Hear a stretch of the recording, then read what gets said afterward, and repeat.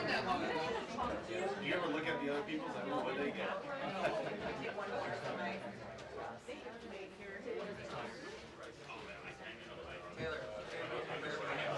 Really? Should I just like frisbee it?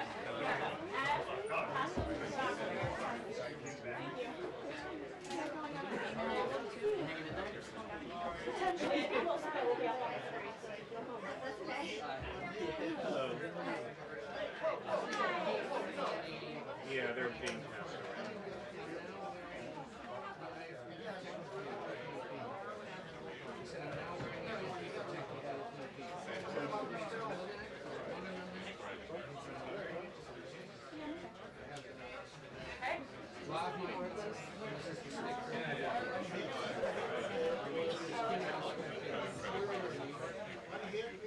Thank you guys so much.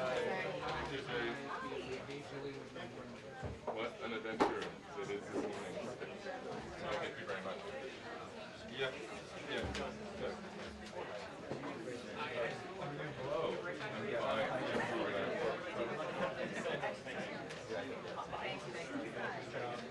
Will the president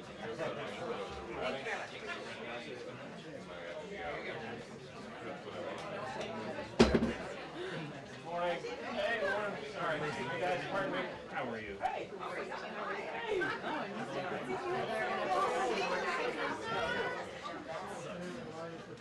You can see.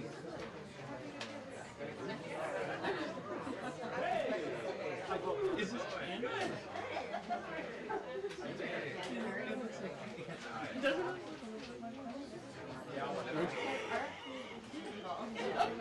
This is actually bridging lots of different subjects. Okay. It's synergy. He had a large soda.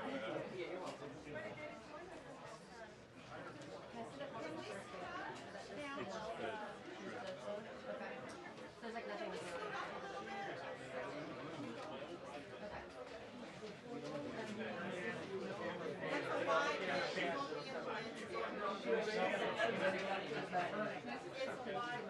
it's just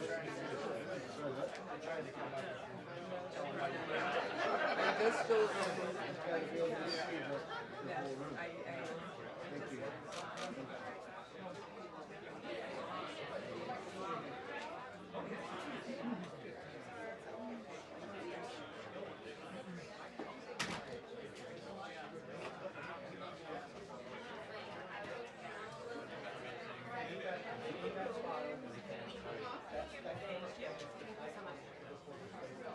Like 10 more copies. Does anyone else need them? Pass them back. pass it back? Yeah. Thanks.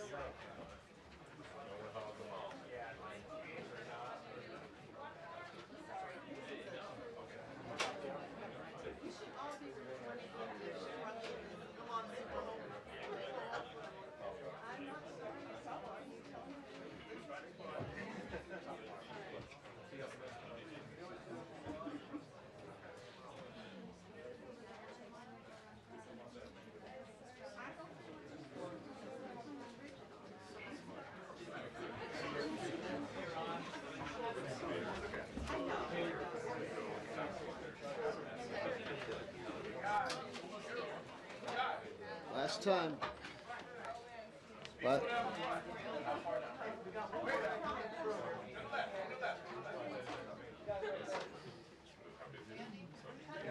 everybody good?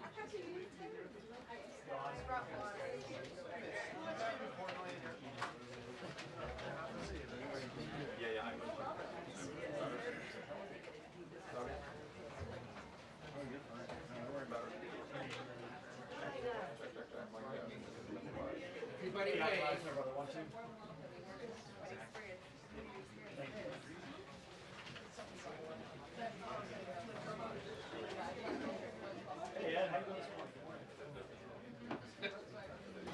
you're smiling. As well. We need more joy in this world, Ed. Come on.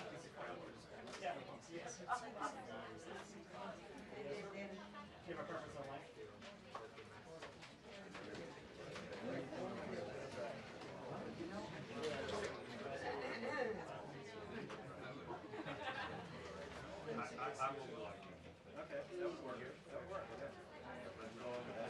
If no one will. Yeah, they will. They said they're going to. 3 days.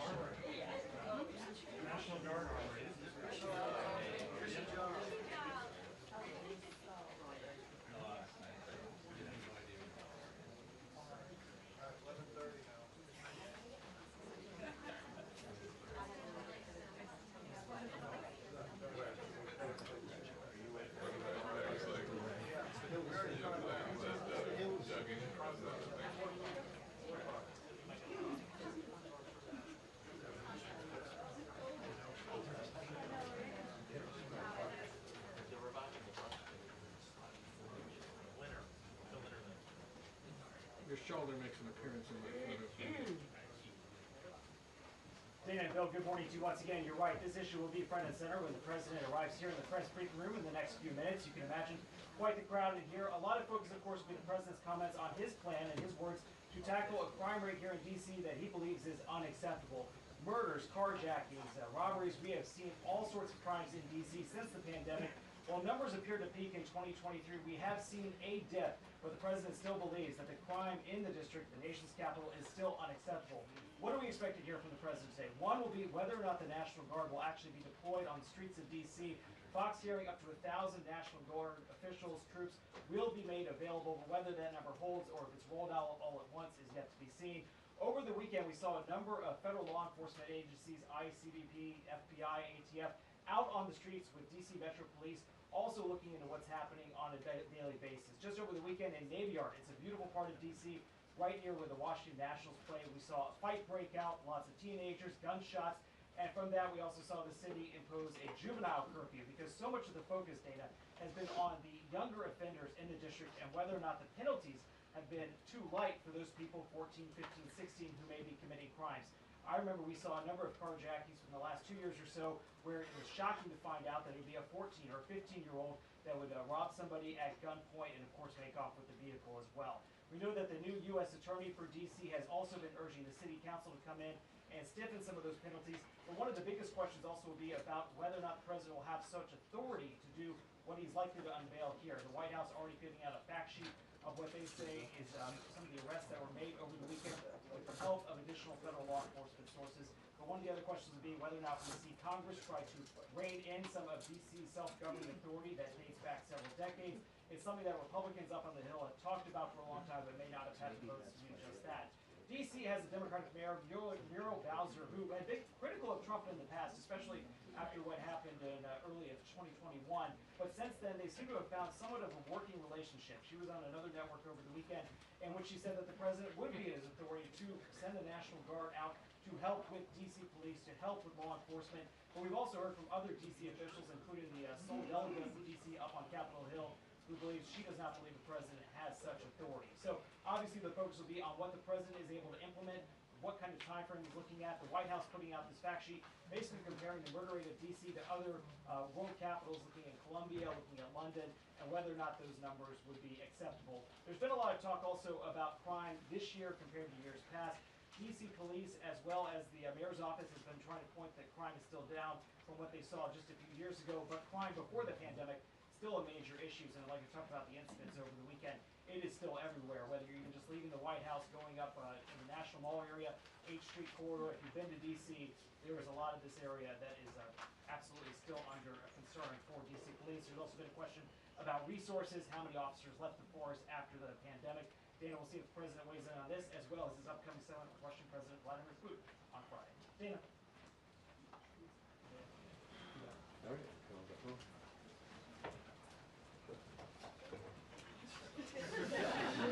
Thank you,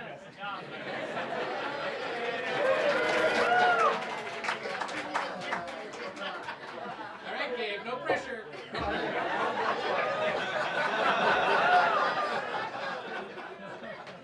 Next. Next.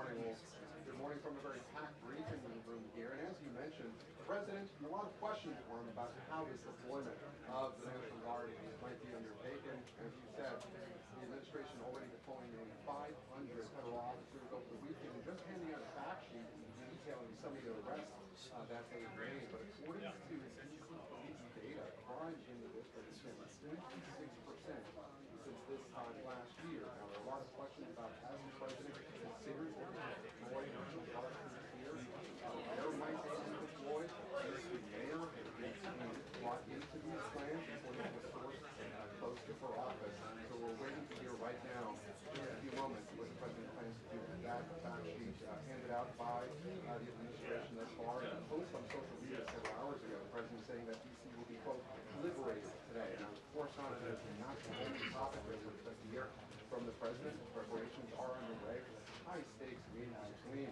President Trump and Russian President Vladimir Putin on a major unanswered question right now. President Zelensky be invited to that summit on Friday in Alaska? And what types of concessions might the Russians be prepared to undertake? The President suggesting that Ukraine might have to cede some territory. Of course, that is something that the Ukrainians have long said that they would not be willing to do. So that, along with many other questions on war and jobs, and also reaction to the judge's ruling yesterday.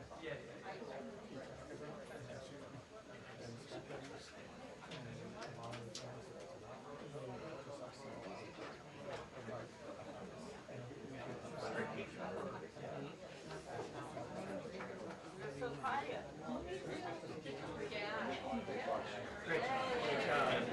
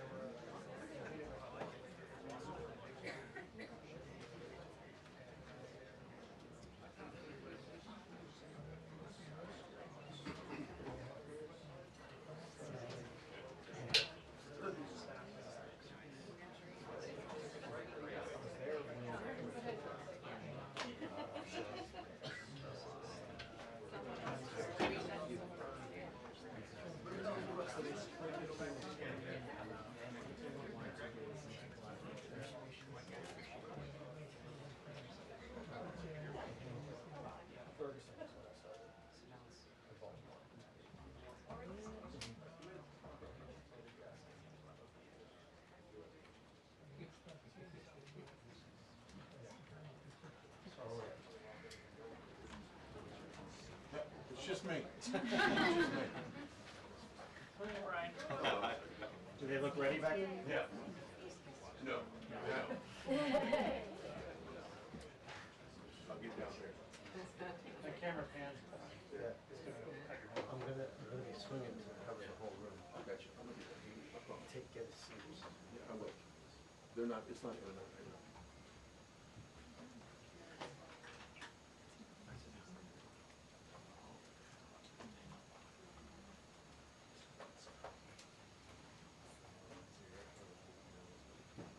I will get out of the way, I promise you. My big head's not gonna block any camera.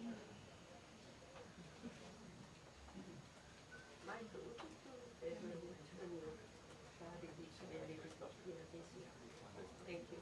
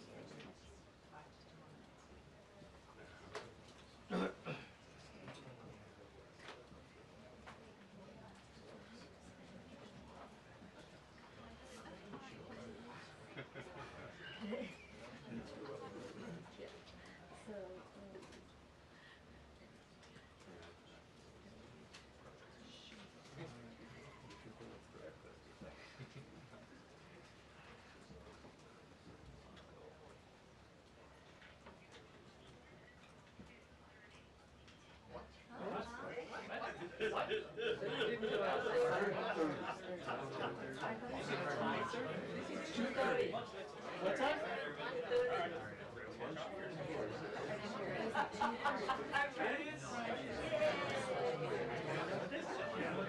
I'm gonna go out there. Man of the people.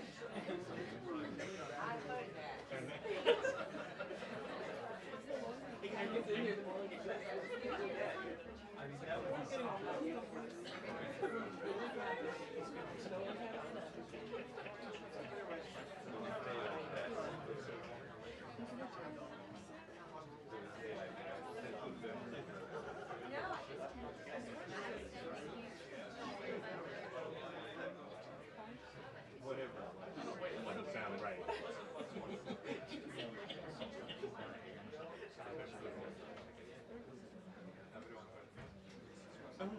All right. They made no official announcements, so I don't know whatever you heard didn't come from them. So it's still on standby. Thank you very much. Thank you. And everyone will love my second question today that I'm going to ask the president. They're going to love it. Everybody in here will love it. They'll applaud it. That's pretty cool. Whoa. But I was out. I never know. There was literally something that went across the way.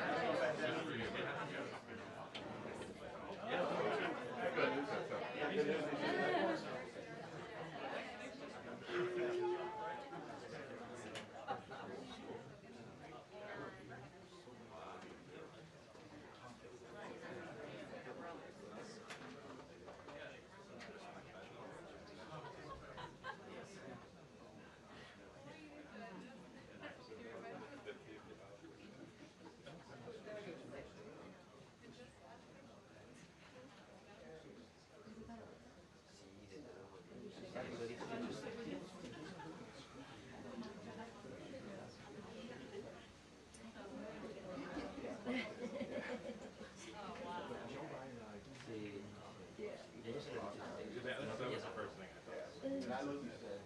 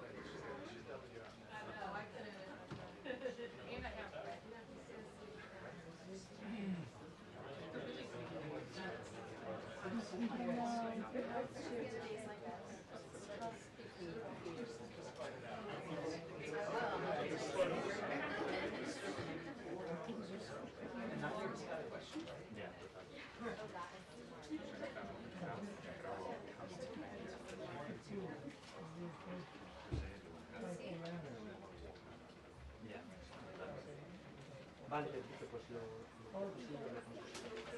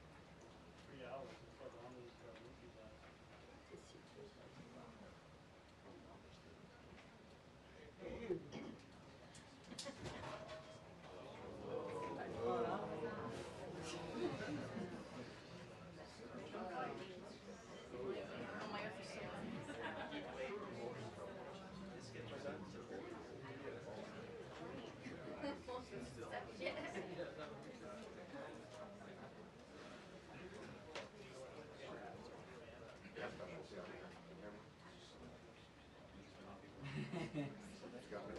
I'm off camera. Can you hear me?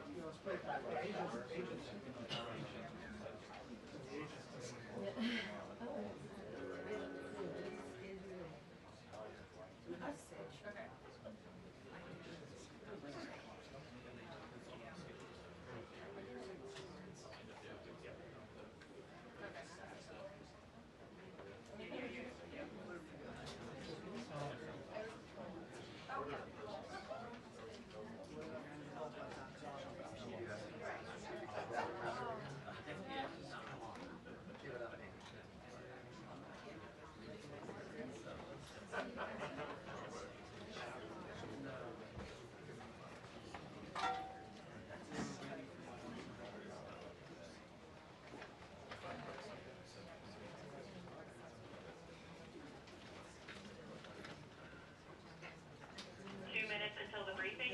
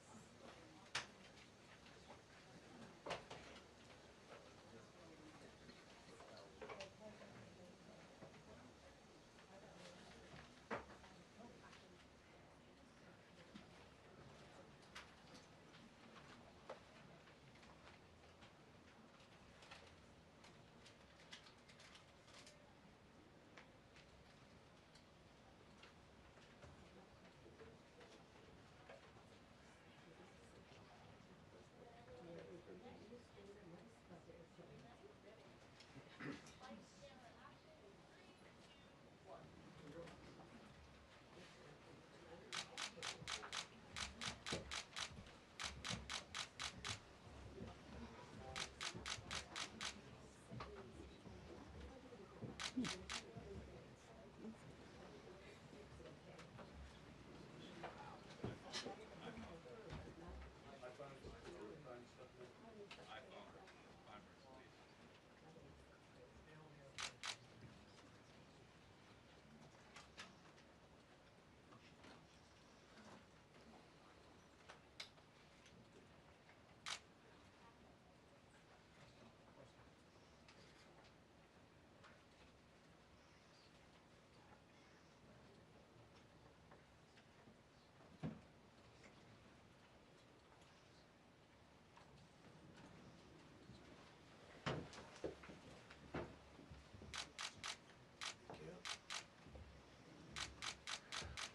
Wow. I've been up here a lot. I've never seen a crowd like this. I think we need a ballroom, and that's happening. It's going to be a beautiful ballroom. This is really a lot of people, most I've ever seen in this room. And we're here for a very serious purpose, very serious purpose. Something's out of control, but we're going to put it in control very quickly like we did on the southern border. I'm announcing a historic action to rescue our nation's capital from crime, bloodshed, bedlam, and squalor, and worse. This is Liberation Day in D.C., and we're going to take our capital back. We're taking it back. Under the authorities vested in me as the President of the United States, I'm officially invoking Section 740 of the District of Columbia Home Rule Act. You know what that is? And placing the D.C. Metropolitan Police Department under direct federal control, and you'll be meeting the people that will be directly involved with that. Very good people, but they're tough, and they know what's happening. They've done it before. In addition, I'm deploying the National Guard to help reestablish law, order, and public safety in Washington, D.C., and they're going to be allowed to do their job properly. And you people are victims of it, too. You know, you're reporters, and I understand a lot of you tend to be on the liberal side, but you don't want to get mugged and raped and shot and killed. And you all know people and friends of yours that happened. And so you can be anything you want, but you want to have safety in the streets. You want to be able to leave your apartment or your house where you live and feel safe and go into a store to buy a newspaper or buy something. And you don't have that now. The murder rate in Washington today is higher than that of Bogota, Colombia, Mexico City, some of the places that you hear about as being the worst places on earth, much higher. This is much higher. The number of car thefts has doubled over the past 5 years, and the number of carjackings has more than tripled. Murders in 2023 reached the highest rate probably ever. They say 25 years, but they don't know what that means because it just goes back 25 years. Can't be worse. Our capital city has been overtaken by violent gangs and bloodthirsty criminals, roving mobs of wild youth, drugged out maniacs and homeless people. And we're not going to let it happen anymore. We're not going to take it.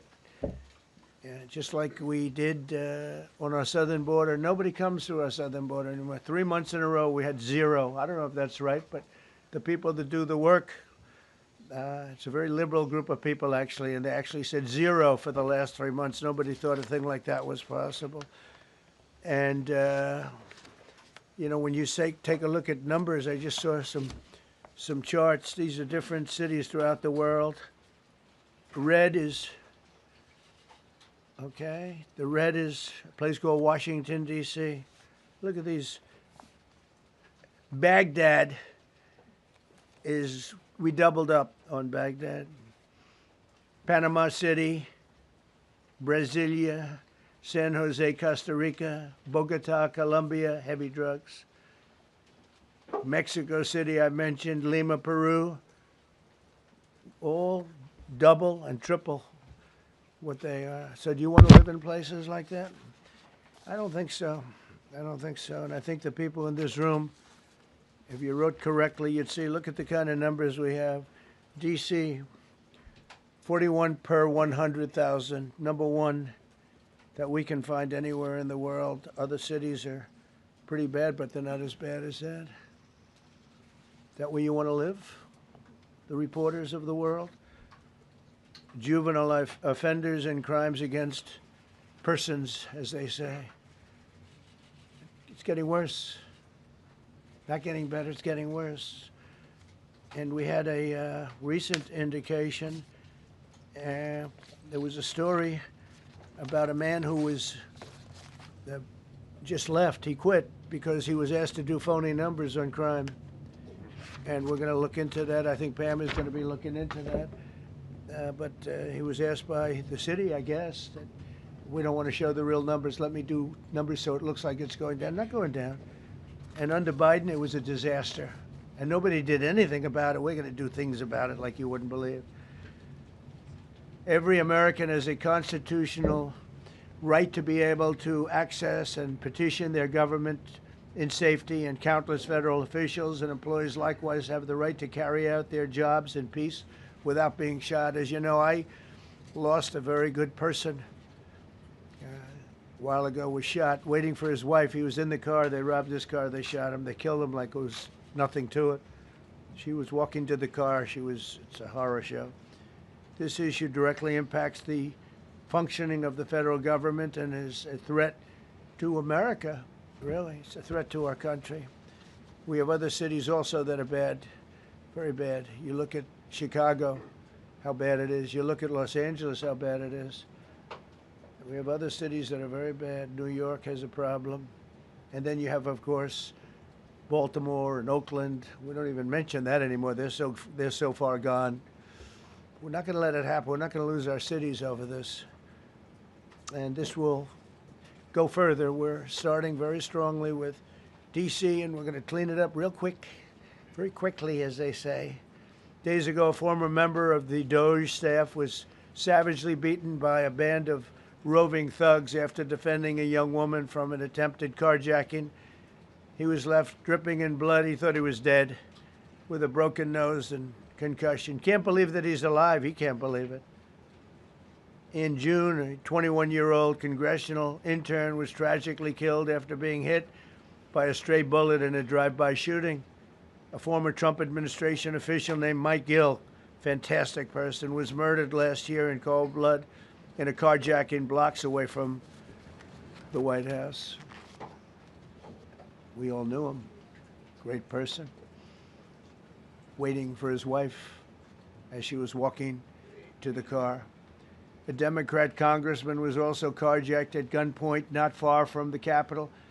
And in 2023, an aide to Senator Rand Paul was stabbed in the chest and head by a demented lunatic as he walked down the street, just absolutely for no reason. Horrifically, last July 4th weekend, a 3-year-old girl was shot in the head and killed while sitting in a car near the Capitol. It's becoming a situation of complete and total lawlessness. And we're getting rid of the slums, too. We have slums here. We're getting rid of them. I know it's not politically correct. You'll say, oh, so terrible. No, we're getting rid of the slums where they live. Caravans of mass youth rampage through city streets at all times of the day. There are ATVs, motorbikes. They travel pretty well. Entire neighborhoods are now under emergency curfews. Just this past weekend, gunfire went through, and you saw that, the Navy Yard. I saw it this morning. They saw that they fought back against law. See, they fight back until you knock the hell out of them, because it's the only language they understand. But they fought back against law enforcement last night. And they're not going to be fighting back long, because I've instructed them and told them whatever happens, they love to spit in the face of the police as the police are standing up there in uniform. They're standing and they're screaming at them an inch away from their face. And then they start spitting in their face. And I said, you tell them, you spit and we hit. And they can hit real hard. It's a disgusting thing. I've watched that for years, for 3-4 years. I've watched them. The police are standing, and they're told, don't do anything under any search. So and you can see they want to get at it. And they're standing there, and people are spitting in their face, and they're not allowed to do anything. But now they are allowed to do whatever the hell they want. This dire public safety crisis stems directly from the abject failures of the city's local leadership. The radical left city council adopted no cash bail. By the way, every place in the country where you have no cash bail is a disaster. That's what started the problem in New York, and they don't change it. They don't want to change it. That's what started it in Chicago. I mean, bad politicians started it, bad leadership started it, but that was the one thing that's central, no cash bail. Somebody murders somebody and they're out on no cash bail before the day is out. We're going to end that in Chicago. We're going to change the statute. I spoke with Pam and Todd and everybody. We're going to change the statute, and I'm going to have to get the Republicans to vote because the Democrats are weak on crime, totally weak on crime. They don't know why. They want to stop because they get mugged too.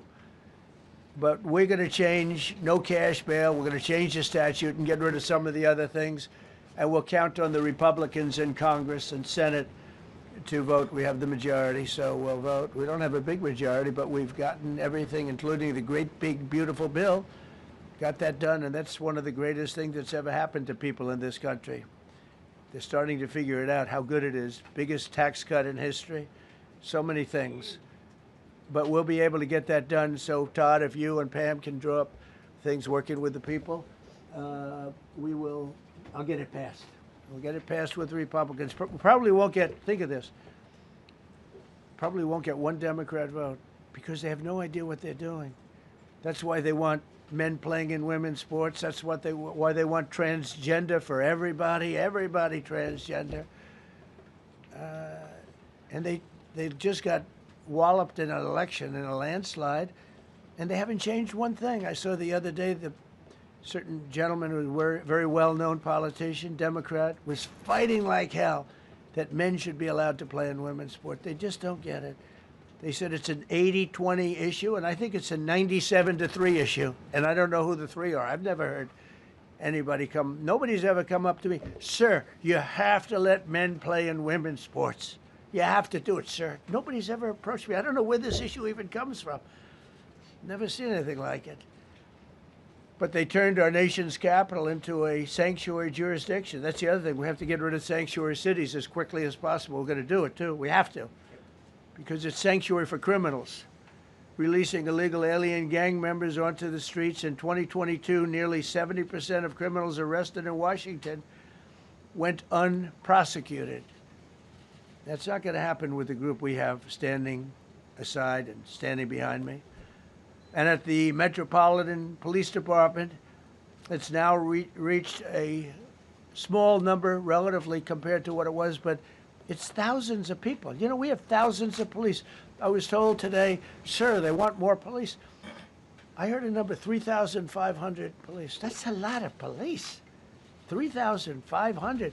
I thought they were going to say, we only have 30 policemen or women. He said, we have 3,500. We need more. You don't need more. That's so many. I never heard. That's like an army. How could you need more than 3,000? It just happened 2 minutes ago. Sir, they've requested more police. Oh, what do they have? About 3,500. I said, 3,500? This is not a big area. It's ridiculous. What you need is rules and regulations, and you need the right people to implement them. And we have the right people here, that I can tell you. Look at the border. Biden said there's nothing you can do. Kamala was the border czar. She never called one of the Border Patrol agents who are great. ICE is great. Never spoke to anybody. Never went there. But she was the border czar. And everybody said it was impossible to fix. I fixed it in 3 months. No, really. I fixed it the first week, but really fixed it over the last couple of months. And I mean, literally to a point where, as I said, 0 illegals entering our country in the last 90 days. Pretty amazing. It's time for dramatic action. We're going to do the same thing over here. It's going to be a very safe city very soon. We're not looking to take years, because a lot of people die in years. And we've got incredible people in this country, except we have to allow them to do their job. And that we will deliver like nobody's ever delivered before. I actually think it's easy. You know, if you're competent, it's easy. If you're incompetent, it's impossible. But I'm very competent.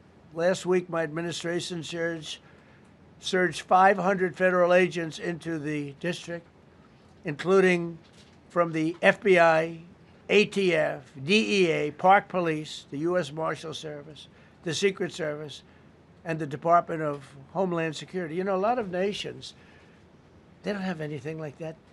They got some police, and they're rough police. They don't have DEA, ATF, FBI, Park Police, the U.S. Marshal Service, Secret Service, Department of Homeland Security.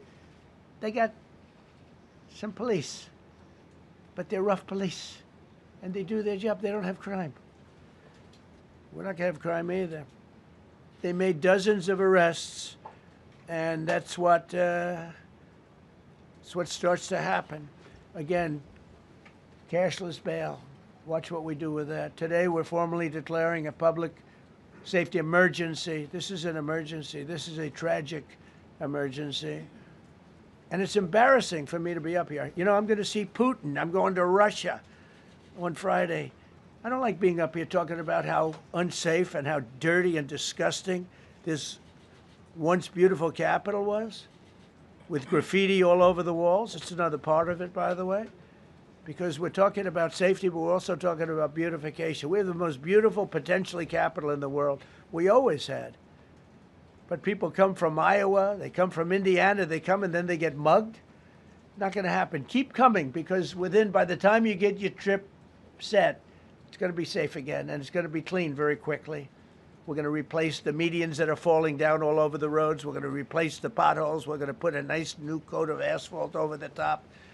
No, we don't have to rip the road out and spend 7 years building a new road because they cut everything. Because some designers said, well, we need a 1/4 of an inch more turn for safety reasons.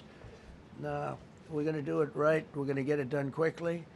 So today we're declaring public safety emergency in the District of Columbia. And Attorney General Pam Bondi, who's fantastic, is taking command of the Metropolitan Police Department as of this moment. And I'll be making the appropriate notifications to Congress and to the mayor, our new DEA administrator, who's one of the top in the country. He better be Terry. If you're not, I'm going to get rid of you so fast. Terry Cole. Terry, thanks. Very good. We just got him. Most highly recommended person.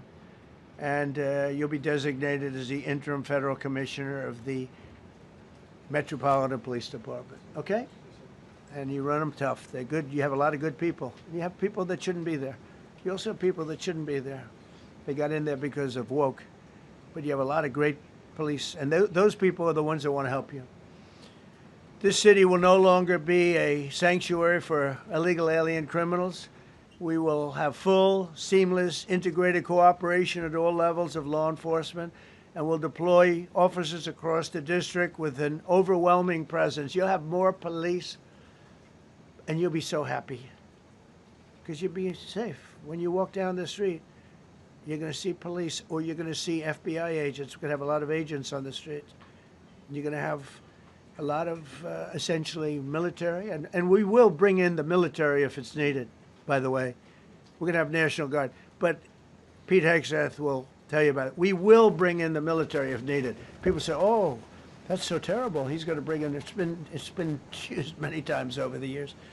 I don't think we'll need it. I think we've got so many great people, including the people that are in the police department with proper leadership.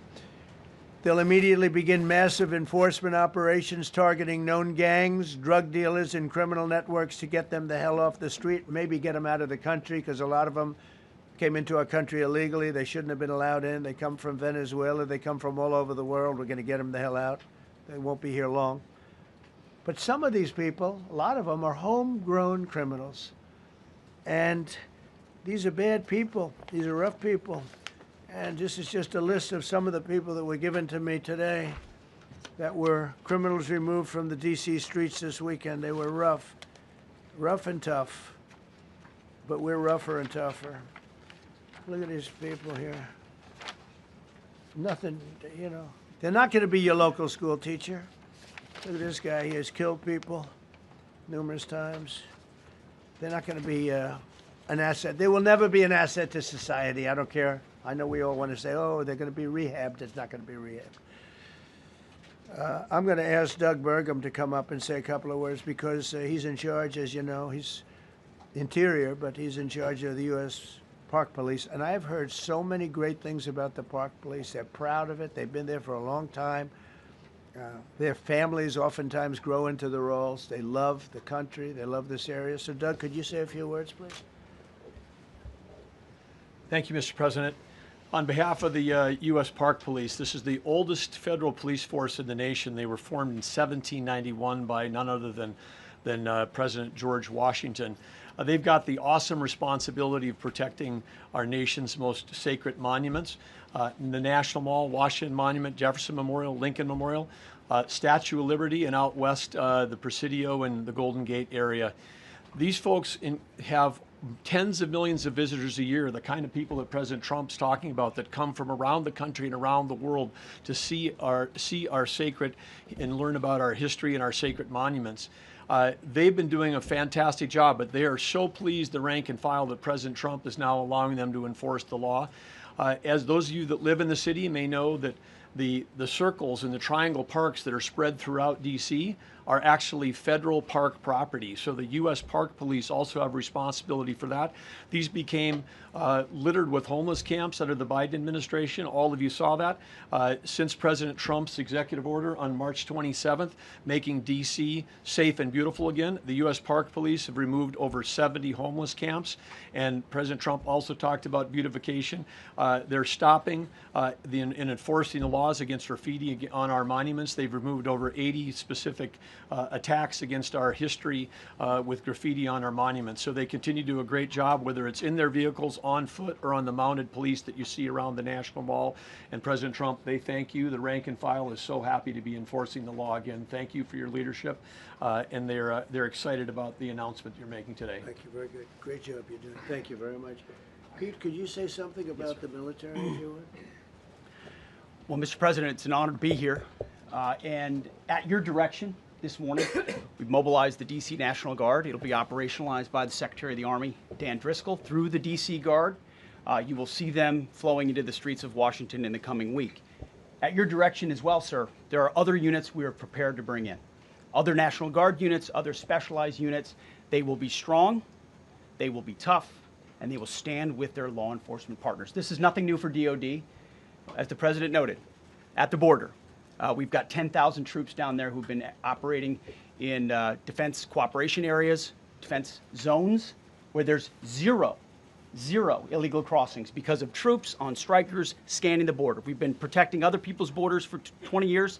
It's about time we protect our own, and we're working with ICE and CBP. In Los Angeles, we did the same thing, working with the California National Guard, working with ICE officers. ICE officers deserve to do their job and not be attacked. We will work alongside all D.C. police and federal law enforcement to ensure this city is safe, this city is beautiful, and as I always say about President Trump to the troops, he has their back. And my message to the National Guard and federal law enforcement in Washington is, we have your back as well. Be tough, be strong, we're right behind you. Thank you, Mr. President. I'm going to ask Pam, because she's now, as you heard me say, she's really in charge of a lot of what we're talking about. She's done an incredible job. People are going to start to see the fruits of her labor. And Pam, maybe you could say a few words about what we're talking about here. Sure, President. Let me be crystal clear. Crime in D.C. is ending and ending today. We are going to use every power we have to fight criminals here. President, thank you for caring about our capital. Families come here every summer. Our museums are free. We have the National Zoo. We have the National Gallery. D.C. should be a place where everyone can come and feel safe. Behind me and to my side, we have some of the best career law enforcement and prosecutors in the country who are ready to take this on. As the President said, Terry Cole is going to be supervising the Metro Police Department. Gaddy Serralta, our U.S. Marshal, is going to be supervising command and control, the entire operation. Our Deputy Attorney General, Todd Blanche, and I will be working with them closely, along with our great FBI Director, Kash Patel. Kash is going to talk to you in a minute about what we did in Virginia recently with Governor Youngkin. Many of you covered that, and it was tremendously successful. Not only that, our secret weapon here in D.C.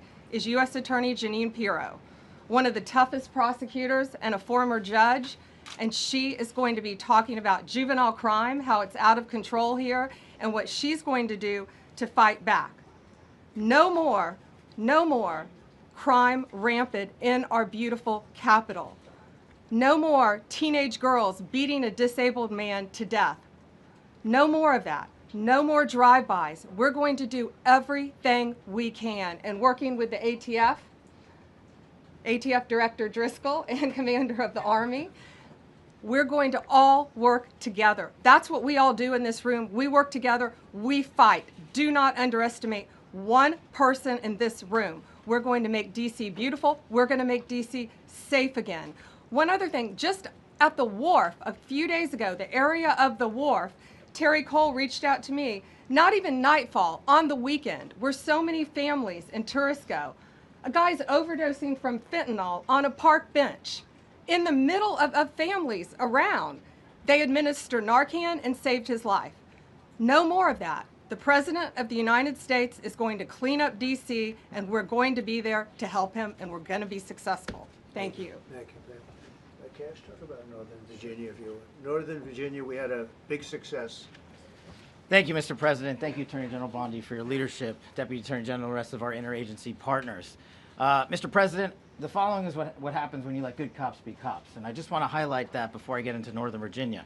This year alone, under President Trump's administration, we've had over 4,000 child victims identified and found. That's a 33% increase from the same time period last year. 33% increase.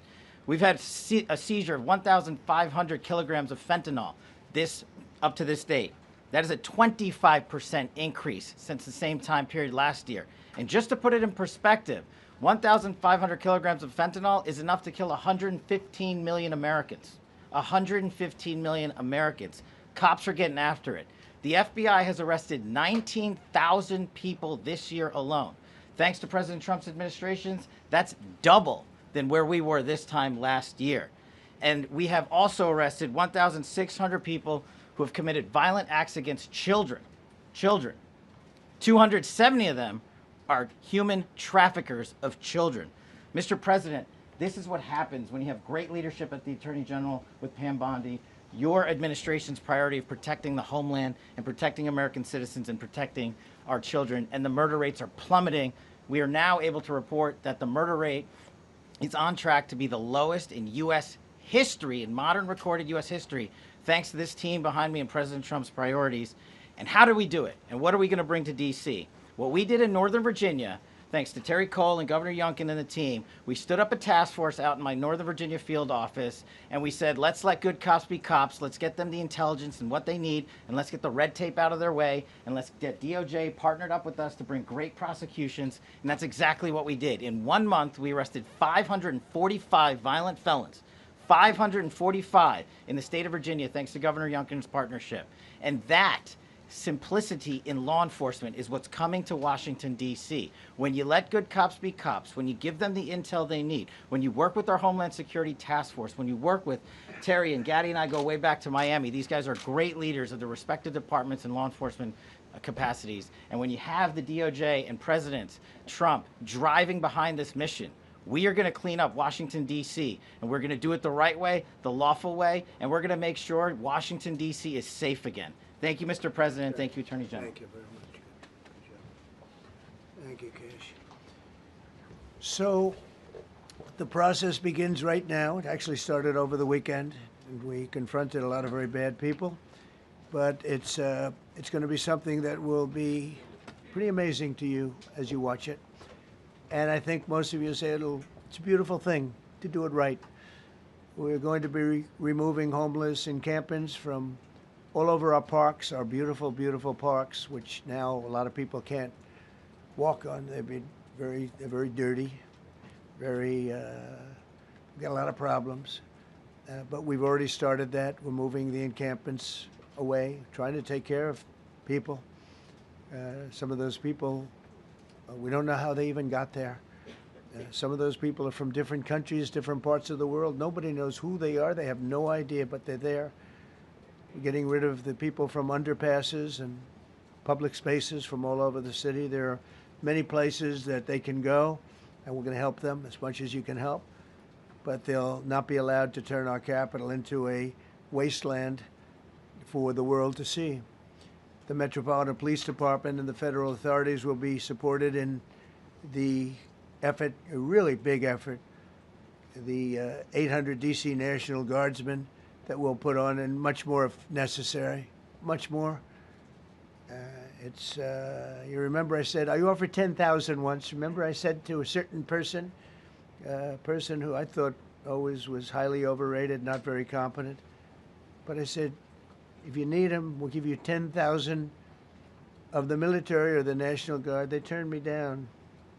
But if necessary, we're going to move service members directly to joining the Guardsmen, and that'll take place very rapidly, and that'll be done in conjunction with Pam and with Pete and everybody else. Washington, D.C. should be one of the safest, cleanest, and most beautiful cities anywhere in the world, and we're going to make it that. We're going to make it safe. We're going to make it smart. We're going to make it beautiful, so beautiful. Some of the buildings, we're going to add to it. You see what we've done at the White House. White House is a whole different building. I do that in my part-time because it's a natural instinct as a real estate person. I was very good at that, and I was very good at fixing things up. I like fixing things up. You see what's happening. The marble floors are being reinstalled, renovated, fixed. The whole place is becoming very beautiful. We're going to be adding a magnificent ballroom, most beautiful ballroom, I think, anywhere. We need it. I would have certainly loved to have had it today. I think we would have filled it up. A lot of you are standing outside, can't get in this room. I have never seen the room like this, which tells me that you want to talk about, I mean, this was a D.C. news conference. It tells me that you want to talk about crime in D.C. and beautification of D.C., but I'm going to put that's easy. And I think, frankly, fixing the crime with the pros, fixing the crime is easy, too. A person who I've known for a long time, and she's been incredible. She was a fantastic, one of the best ever district attorneys in New York. She was in Westchester, and she became a judge, very successful judge. And then she went into showbiz because she was such a good DA and such a good judge, tough judge, but fair, always fair. Nobody ever complained about that, but she was tough. And because of that and her reputation, she went into showbiz. So a lot of people don't, they think of Janine as showbiz. Actually, showbiz was not her thing. And she did great. She was on, along with a couple of other of my friends, on the #1 show. And she did great. But this is what she loves doing. This is really her baby. What she's going to do is going to be incredible. And I'd like to speak for just a few seconds on what she has in mind, what she wants to do. We're going to be appointing some judges. We have some open spots, and we're going to take people, because the judges are letting killers out. They just say, go, that's okay, don't worry about it. So we're putting some, Pam recommended, Todd recommended, some judges that are great. Janine recommended. Janine's given me 3 great candidates already. We have about 10 open spots, and we could probably create some more. We need them. Janine, would you say a few words, please? Thank you very much, Mr. President, and thank you, Madam Attorney General, and to all my partners here. We all want the same thing. We all want a safe city. We want a safe capital. We want to be able to bring our families here. We want to be able to come and enjoy the history that makes this place great. And unfortunately, we are not in that position right now. And Mr. President, I want to thank you for taking the step that we need right now to make criminals understand that they are not going to get away with it anymore.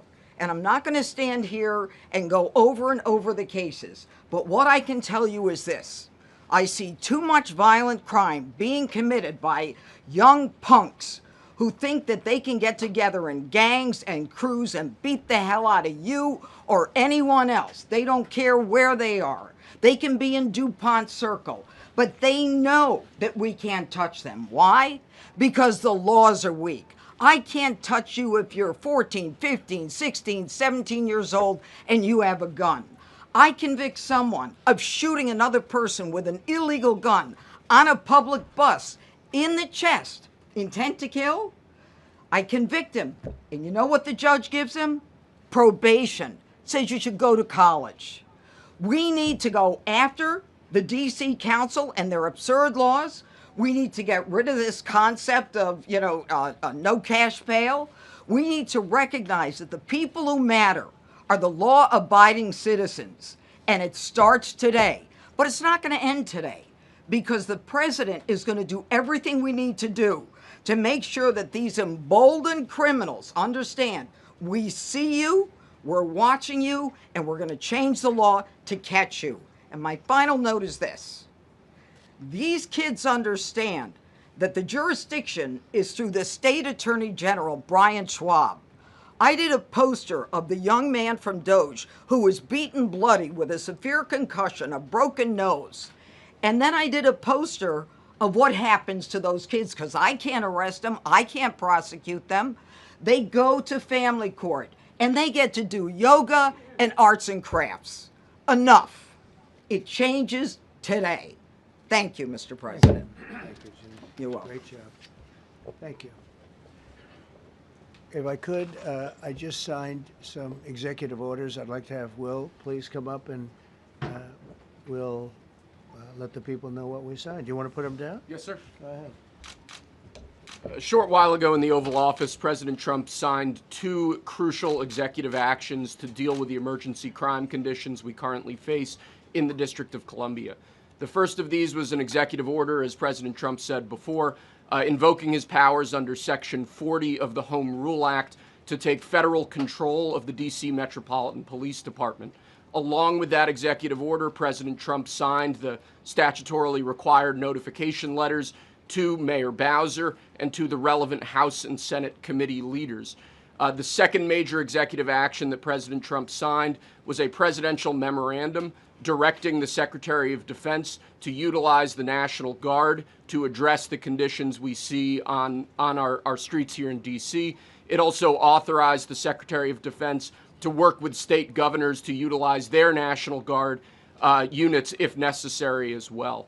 These are bold, decisive steps intended to combat the out-of-control crime conditions we've seen on D.C.'s streets for far too long, and I, for one, am deeply proud to be part of an administration that's finally coming to terms with these issues, sir. Thank you very much. Sir. Thank you. So, just to conclude, Washington, D.C. should be one of the safest, cleanest, most beautiful places anywhere in the world. It was years ago. We had one problem that was a pretty big problem. The radical left got out of control and they started trying to rip down statues. And I said, let's go pass a law real fast. We're going to do it real fast, but we were blocked by the Democrats who do not want safety. Nobody gets it. I don't get it. They don't get it because they can't get votes. I don't know how they can win an election with this, but they don't want safety. And I found an old statute, very old, early 1900s, that said if you so much as touch or even think about destroying a statue or a monument in Washington, D.C., you go to jail for 10 years with no probation, no anything. In other words, slightly different than we have today. Today we have cashless bail. Today you get jailed 10 years. No curtailed sentence, 10 years. And we took it out. Nobody used it. It was never used because, you know, it's harsh. And you remember they started to rip down the statue of Abraham Lincoln. I said, that's a tough one to rip down. He was pretty good, Pam. I think he was pretty good. When the ropes started going around Abraham Lincoln to pull him down, Andrew Jackson, others, and they were heading to the Jefferson Memorial, Thomas Jefferson. They're going to do a big number there. I said, it's time. And I signed that statute immediately. We had it updated. We made it use the same language, all passed by Congress. And I announced it's 10 years in jail, no probation, no anything, 10 years, no curtail sentence if you touch, so much as touch a statue in Washington, D.C. And it was an amazing sight, beautiful sight. Everybody just left. The ropes were hanging around Andrew Jackson, and there were 2 ropes around Abraham Lincoln. They left the rope, but everybody just left. And that was the last problem we ever had. You know, that was the last problem that we ever had with the statues. They were going wild, and somebody came to me and said, sir, in 1910, I don't want to give you an exact because you'll say, Donald Trump gave us wrong dates around like early on. You know, if I'm slightly off, they make you sound a little bad. So I won't put myself in that position. I won't put you in that position because I think everybody agrees with what we're doing today. But when I signed that thing, it was like a miracle. Everybody left. They were gone. They were starting to march down. They started the march toward Thomas Jefferson. And I figured he was always going to be safe. But they found something with him, and they found something with Abraham Lincoln. And even in the name George Washington in California, numerous places changed the name of George Washington High School and various other places. They took George Washington's name. This was a sick, woke culture that I think we've largely ended. And a lot of those people that were woke are now turning out to be the opposite. I won't go so far as to say MAGA. It's a very special category. But they've gotten out of that. But we have people that love this country, and they love this really beautiful capital. It is. I flew over it the other day, and I said, what a beautiful place. But if there's crime all over the streets, when you get there, it doesn't look so beautiful. But we're going to make it beautiful again. We're going to fix it with crime, and we're going to also, as we're doing that, we're going to start doing things that we know how to do, that I know how to do better than anybody, I guess, because of my experience from previous life. But not only are we stopping the crime, we're going to clean up the trash and the graffiti and the grime and the dirt and the broken marble panels and all of the things they've done to hurt this city. And we're going to restore the city back to the gleaming capital that everybody wants it to be. It's going to be something very special. All of these people are really tough. Could I shake your hand, Gaddy, please? You're going to be so important here. You're going to be that guy. I hope I don't have to fire him in 2 weeks because he's too soft. I don't think he's too soft. If I do, I will, though. Is it okay? If you're soft, weak, and pathetic, like so many people, I will fire you so fast. You're not going to have to worry about that. No, I think you're going to do a fantastic job. And everybody in this room, they may not express it, but they all want that to happen. You know, they want to be safe, and they have families too. So it's an honor to have such a large group. I've done this for years now, hard to believe. I've never seen this room so packed. In fact, I'm sure it's a violation of every fire code. But we'll let you stay anyway. You're taking a chance. And with that, we'll say, maybe if you could, oh, wow. We could be here all day long. If we could keep the first questions, perhaps, to this subject, and then we'll go on to a few others. Please. Mr. President, thank you so much. Can you talk about how personal of an issue this is? We talked about flying over the Washington Monument and seeing the pride of what D.C. is, and do you believe that the status of the city, the cleanliness, the way that crime is low, is a direct reflection on how the country is run? Yeah, I do. I think the Capitol, look, everyone comes here. They're all coming. All the leaders, they're all wanting to come. And I say it, I've said it again, but I'm really just quoting other leaders from NATO, from the Middle East, King of Saudi Arabia, Qatar, UAE. I was over there. We brought back $5.1 trillion of investment into our country. But I was, a month and a half ago, I was at NATO. We had a great thing. They agreed to put up 5% instead of 2%. 2% they didn't pay, 5% is already paid. We had a great meeting, and they all said the same thing. They said our country was dead. They thought our country was gone.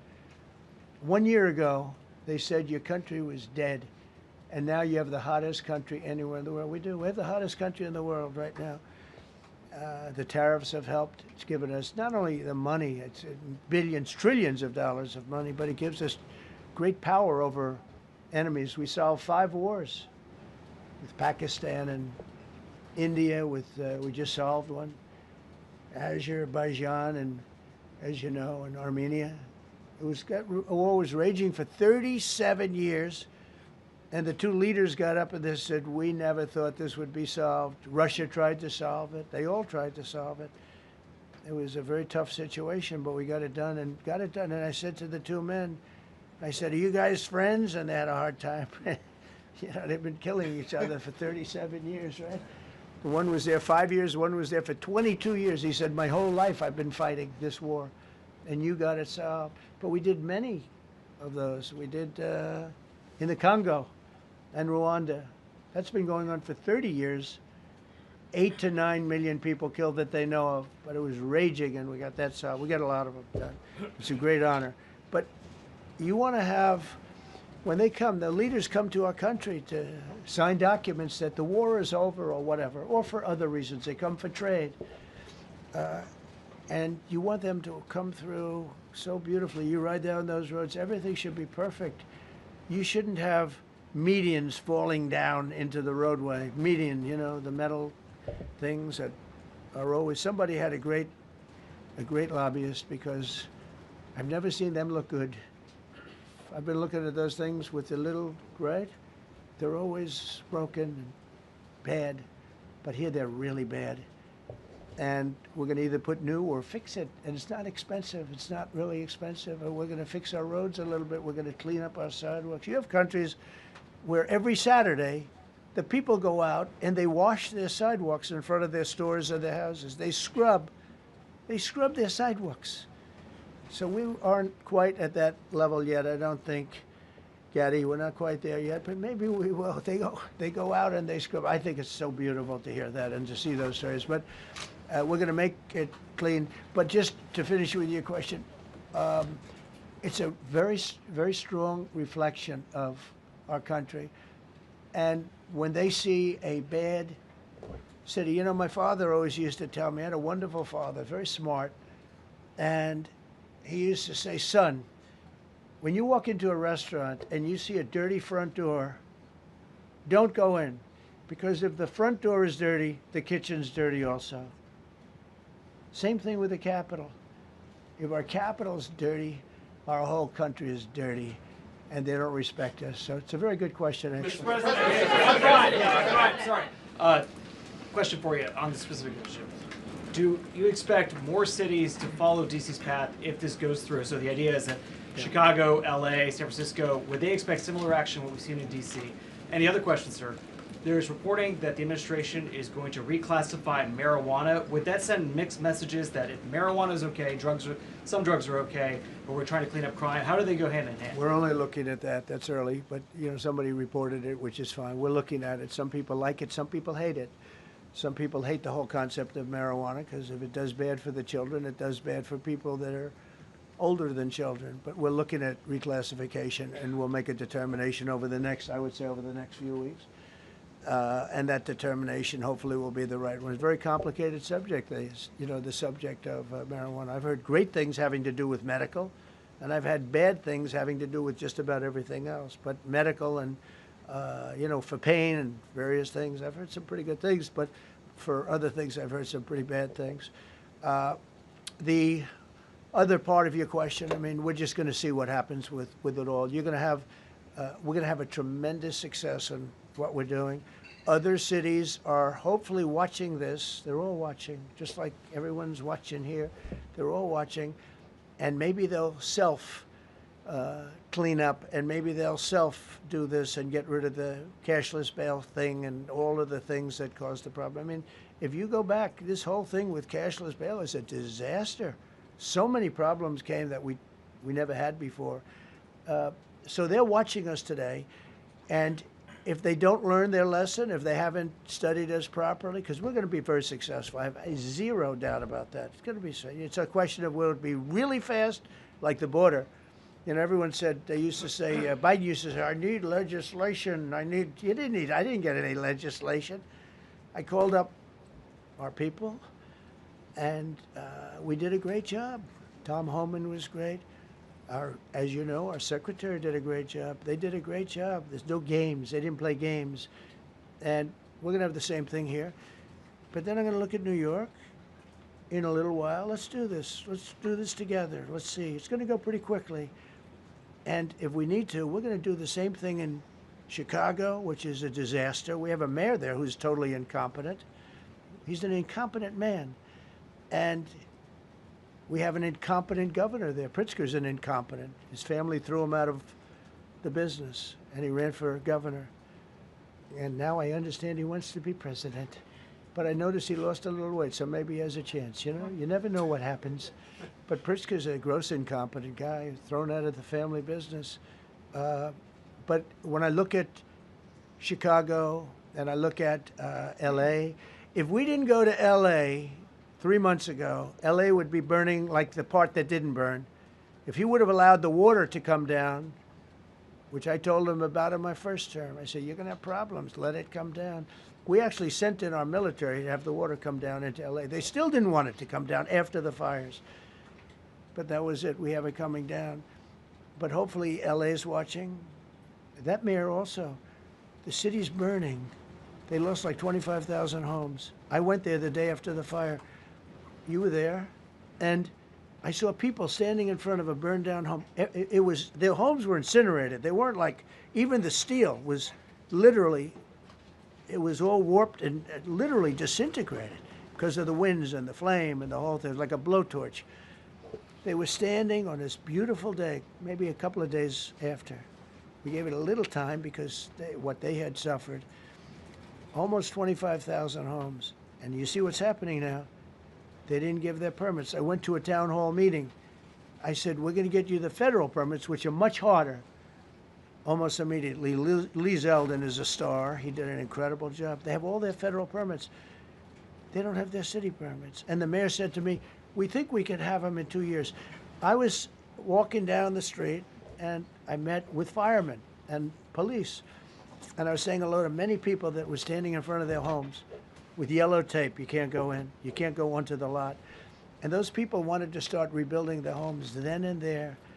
And the mayor said, we should be able to get them the permits within 2 years. I said, that's a shame. 2 years? Are you kidding? I'm going to get them the federal permit like almost immediately. 2 years. And she roared back, well, maybe 1 year. The place was booing her out of the place. They don't have their permits to build their homes. And now they're talking about putting, this is among the most beautiful areas was in the country. Now they're talking about putting low-income housing there. Can you believe this? I love low-income housing. I made money with low-income housing. I built low-income housing. I know more about low-income housing and luxury housing. I know about everything real estate. They want to replace some of those homes with low-income housing. They haven't gotten their permits yet. We've gotten all the federal permits, which are much tougher to get, and it was done almost immediately through Lee Zeldin and Federal Environmental. And I watched the other day, those people are angry. And now, you know, they had tremendous, they loved that area. They loved the whole big area, different places, but they loved it. It was all luxury stuff and beautiful stuff, and some wasn't that luxury, but the level of love for that neighborhood, their neighborhoods, was incredible. And you know what? I watched people on television, they want to go, they want to leave. They've lost their spirit, they've lost their heart, because the mayor's incompetent. And Gavin Newsom is incompetent. He's got a good line of bullshit, but that's about it. He's incompetent. And you have Los Angeles is, you know, it's amazing. You know, I called, the first thing I did, I got the Olympics to go there. I was the one that got it. And by a rare thing that happened, I'll be the president. I was very upset because I got the Olympics there, and I said, I won't be president when it comes. But bad things happened, and illegal things happened, really illegal things happened.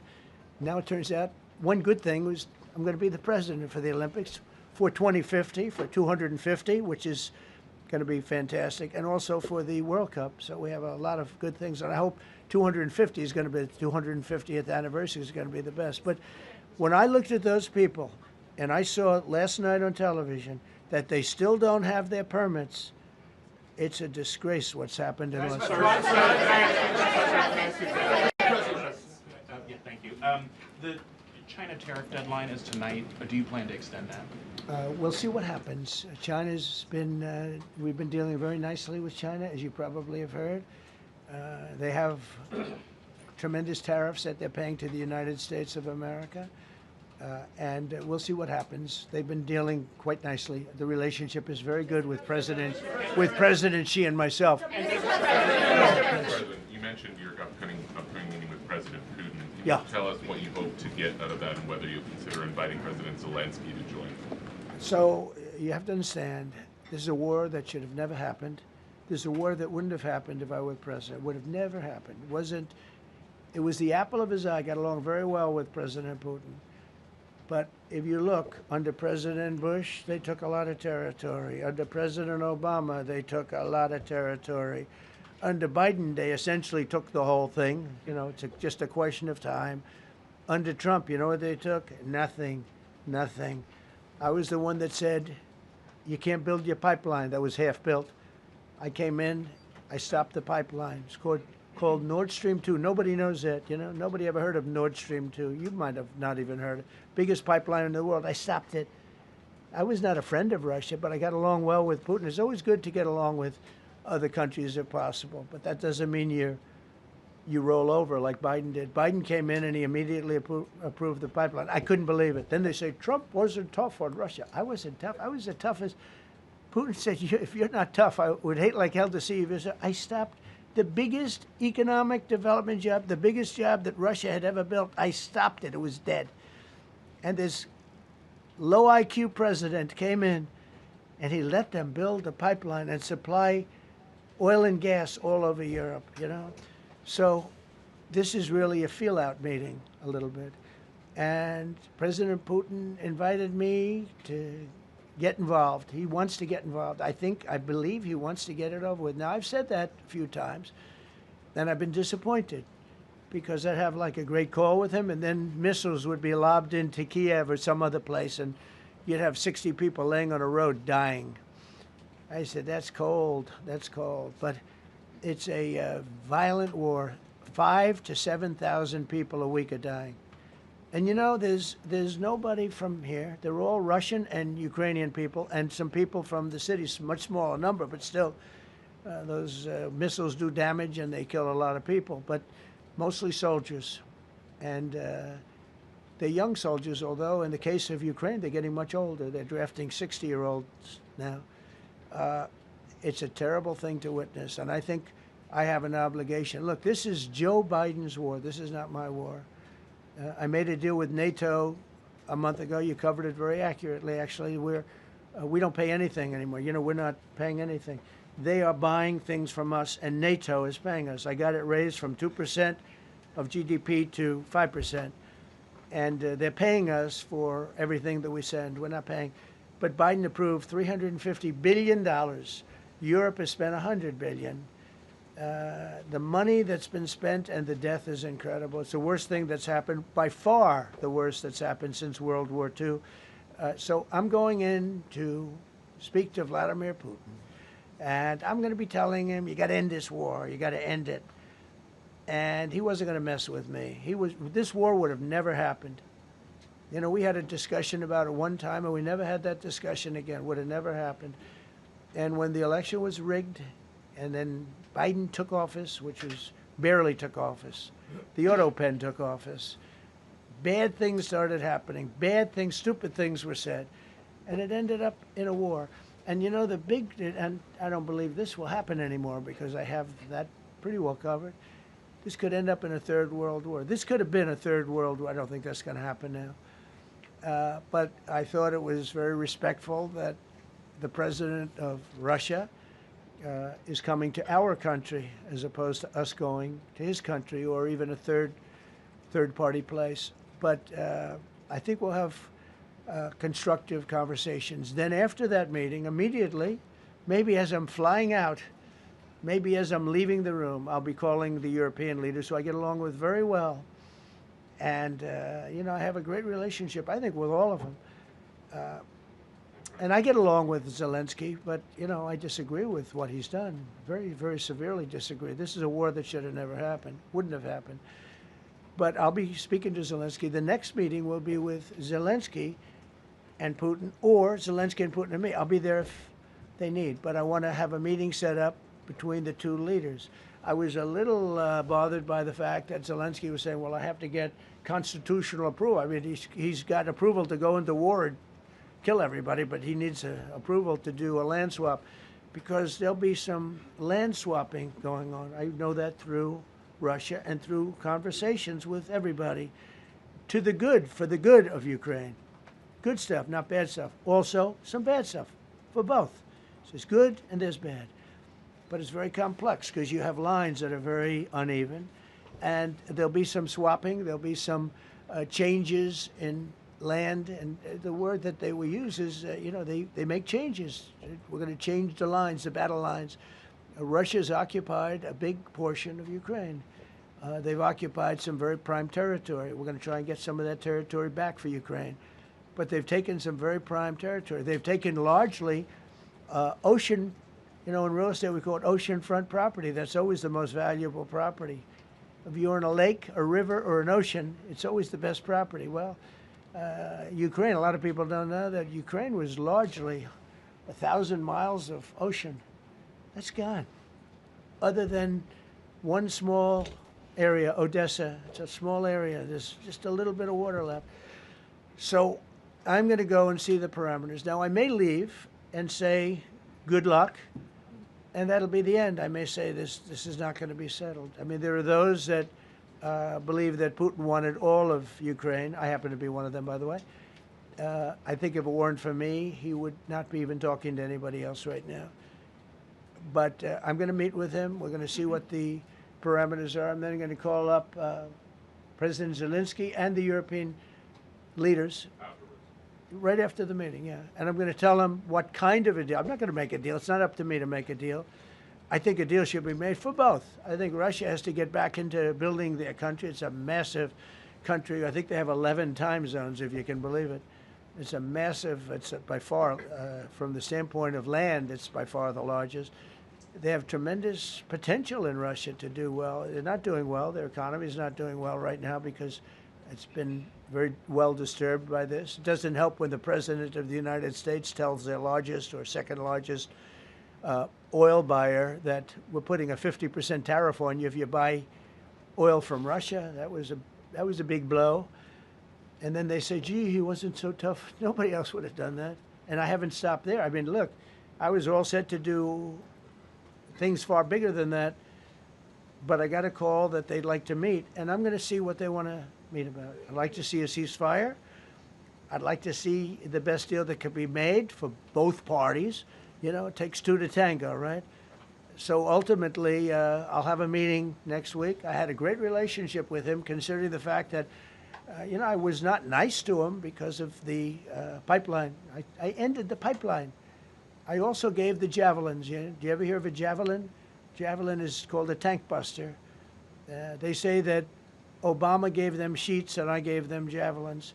If it weren't for me, all those tanks that were destroyed at the first days of the war because the tanks got stuck in the mud, some commander made a better you know, they would have been in Kiev in 4 hours going down the highway. But a Russian general made a brilliant decision to go through the farmland instead. And they just had torrential rains, and the rains were so bad, and it was mud, and those tanks got stuck in the mud. I don't know who that general is, but knowing Vladimir, he's probably not around any longer because all those tanks were stuck in the mud, and they went along with the javelins. I gave them the javelins. You know that, right? I gave them javelins. They gave them sheets. But I'm going to meet with President Putin, and we're going to see what he has in mind. And if it's a fair deal, I'll reveal it to the European Union leaders and to the NATO leaders and also to President Zelensky. I think out of respect, I'll call him first. And then I'll call them after. And I may say, lots of luck, keep fighting. Or I may say, we can make a deal. If not, I will tell you this. I've seen a poll coming out of Ukraine. 88% of the people would like to see a deal made. And if you go back 3 years, everybody was gung-ho for war. You know, everybody's gung-ho for war until you have it. It's an amazing thing. I had it with a couple of countries where I couldn't get a deal done with one particular country. And I just couldn't. The guy's great. He's a friend of mine. Great. Good leader. Tough as hell. I couldn't get the deal done. And then he went into war for a short period of time. You know where I'm talking about. First term. And it was nasty. Guys being killed all over the place. And he went through 1 week of war, and I was able to get the deal done. He said, this is nasty. Yes, please. Yeah, just to follow up on what you were saying there. First of all, Volodymyr Zelensky is not invited on Friday? He wasn't a part of it. I would say he could go, but he's gone to a lot of meetings. You know, he's been there for 3.5 years. Nothing happened. And what is the definition? I mean, do you want somebody that's been doing this for 3.5 years? What's the definition of a good deal? I'll tell you after I hear what the deal is. Because there could be many definitions. You know, you're talking about a very large and complex situation. Now, I tell you, the war that I just settled with Azerbaijan and with, as you know, and Armenia was almost as complex as this one, having to do with routes, trade. Meeting on Friday with Vladimir Putin. Well, we're going to have a meeting with Vladimir Putin, and at the end of that meeting, probably in the first 2 minutes, I'll know exactly whether or not a deal can be made. How will you know that? Because that's what I do. I make deals. Yeah, please, go ahead. Yeah, thank you, Mr. President. I'm going to ask you 2 questions, one about China, one about Russia, if I could. On China, your administration agreed to send the most advanced or advanced NVIDIA and AMD chips. No, obsolete. No. Obsolete chip. Well, and then 15% of the profits. You mean the 20s? No. This is an old chip that China already has. And I deal with Jensen, who's a great guy, and NVIDIA. The chip that we're talking about, the H20, it's an old chip. China already has it in a different form, different name, but they have it. Or they have a combination of two will make up for it and even then some. Now Jensen's a very brilliant guy, and Jensen also has a new chip, the Blackwell. Do you know what the Blackwell is? The Blackwell is super duper advanced. I wouldn't make a deal with that, although it's possible I'd make a deal, a somewhat enhanced in a negative way Blackwell. In other words, take 30% to 50% off of it. But that's the latest and the greatest in the world. Nobody has it. They won't have it for 5 years. But the H20 is obsolete. You know, it's one of those things. But it still has a market. So I said, listen, I want 20% if I'm going to approve this for you, for the country, for our country, for the U.S. I don't want it myself. You know, every time I say like 747, I want, yeah, for the Air Force. So I just wanted. So when I say I want 20, I want for the country. I only care about the country. I don't care about myself. And he said, would you make it 15? So we negotiate a little deal. So he's selling a essentially old chip that Huawei has a similar chip, a chip that does the same thing. And I said, good, if I'm going to give it to you, because they have a, they have a stopper, what we call a stopper, not allowed to do it. It's really known as a restrictive covenant. And I said, if I'm going to do that, I want you to pay us as a country something, because I'm giving you a release. I released them only from the H20. Now, on the Blackwell, I think he's coming to see me again about that. But that will be a unenhanced version of the big one. Like, I don't know if you know it, we will sometimes sell fighter jets to a country, and we'll give them 20% less than we have. Do you know what I mean, right? That's the same. So on Russia, do you see a time, Mr. President, when there could be normal trade between the U.S. and Russia? Should your meeting go well, should there be peace? I do, yeah. Russia has a very valuable piece of land. If Vladimir Putin would go toward business instead of toward war, you know, it's a warring nation. That's what they do. They fight a lot of wars. A friend of mine said Russia's tough because they just keep on fighting. They beat Hitler, so did we. And they beat Napoleon. You know, they've been doing this for a long time. I asked a question to a very, very smart man that some people like and some people don't like. Viktor Orban, right? From Hungary, the head of Hungary. And he's in that same area and knows the two countries very well. I said, this was before Biden didn't do anything to get us out of it. He could have gotten us out of that. It would have never happened. I said, so can Russia be beaten by Ukraine? He looked at me like, what a stupid question. He said, Russia's a massive country, and they win their country and they win their life through wars. They fight wars. That's what they do. He said, China beats you with trade. Russia beats you with war. That was a very interesting statement. China's not beating us with trade, not when I'm in charge. But they were beating Biden with trade, but they never beat us with trade. Don't forget, China had to pay $400 billion worth of tariffs when I was last time. That was last time. And if we didn't have COVID, all of this stuff we would be loaded. We're finding hundreds of billions of dollars of cash is pouring into our country now because of tariffs. And all we're doing is we're doing what they do to us. It's so beautiful to see it. They found last month, as you saw, $25 billion of excess cash flow. They're saying, where did it come from? I said, I'll tell you where it came from. It came from a place called tariffs, and we're doing very well. We're really doing well. But I expect to have a meeting with Putin that I think it'll be good, but it might be bad. And I'm here for one reason, to get rid of a war that somebody else started. Should have never happened. And if I could end it, great.